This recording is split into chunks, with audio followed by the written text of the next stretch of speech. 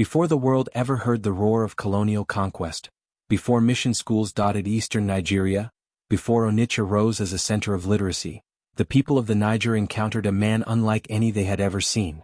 He arrived not as a conqueror nor as a trader, but as a survivor. Once a stolen child, now a scholar whose mastery of languages rivaled the Europeans themselves. His name was Samuel Ajayi Crowther. And the moment he stepped onto Igbo soil, history shifted. Before we dive into the main story, like and subscribe to our YouTube channel and click on the bell notification button for more interesting video like this. Samuel Ajayi Crowther's story began in 1821, when, at about 12 years old, he was captured by slave raiders, sold multiple times, and eventually rescued by the British anti-slavery squadron, which liberated him in Freetown, Sierra Leone. There, among Yoruba, Igbo, Nupe, and Efik captives, Crowther trained under the Church Missionary Society (CMS), mastered English, Greek, and Latin, and rose to become a leading African linguist, a missionary, a cultural diplomat, and eventually, the first African Anglican bishop, 1864. By the 1840s, he had earned global respect as someone who understood African languages, customs, and diplomacy far better than any European missionary. This skill would prove crucial in Igboland. In 1841, Crowther joined the British Niger expedition as an interpreter and cultural advisor. This journey took him deep into the Niger Basin, including Onitsha, Enioma region, Abo, Olu community. He recorded Igbo phrases, greetings, and cultural observations, creating some of the earliest written documentation of Igbo language and customs. His book, Vocabulary of the Igbo Language, 1841 notes, later expanded, became one of the earliest scholarly works noting Igbo dialects and tones. Through this work, Crowther introduced early Igbo orthography, Roman letter writing, comparative language studies, recorded documentation of dialect variation. This laid intellectual foundations that later missionaries and Igbo scholars built on. Crowther returned in 1857 with Reverend J.C. Taylor, an Igbo recaptive born in Sierra Leone. Together they helped establish the first Anglican mission in Onitsha, the first Western-style school in Igboland. Why this mattered?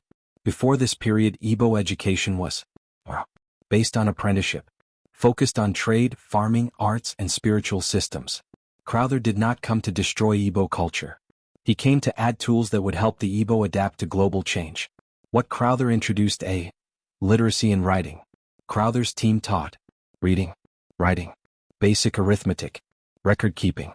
These skills allowed many Igbos to read contracts, oversee trade, communicate across regions, become interpreters, clerks, and teachers. Fact: by the 1880s, the Igbo region had one of the highest literacy growth rates in West Africa, a progression linked directly to the foundations laid in 1857. Crowther believed Christianity alone was insufficient without economic empowerment. Through missionary centers he supported improved farming techniques.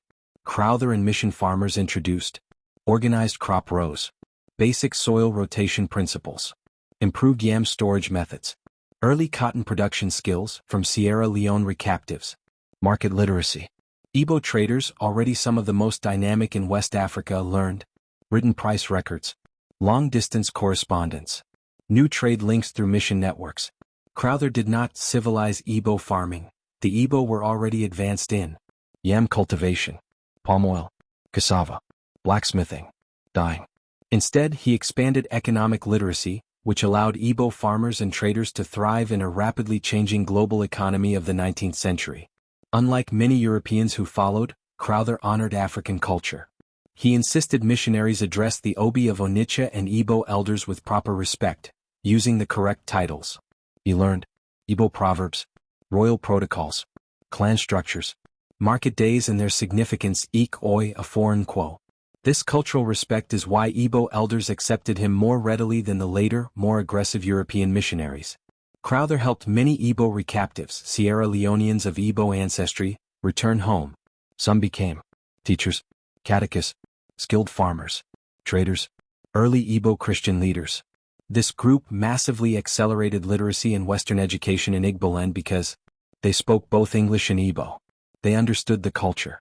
They had professional training from Freetown mission schools. Education. Mission schools birthed generations of Igbo scholars. Language development. Crowther's linguistic notes were foundational for The Igbo Bible, completed later by Dennis and African assistants. Early Igbo grammar guides. Mission school curricula. Economic empowerment.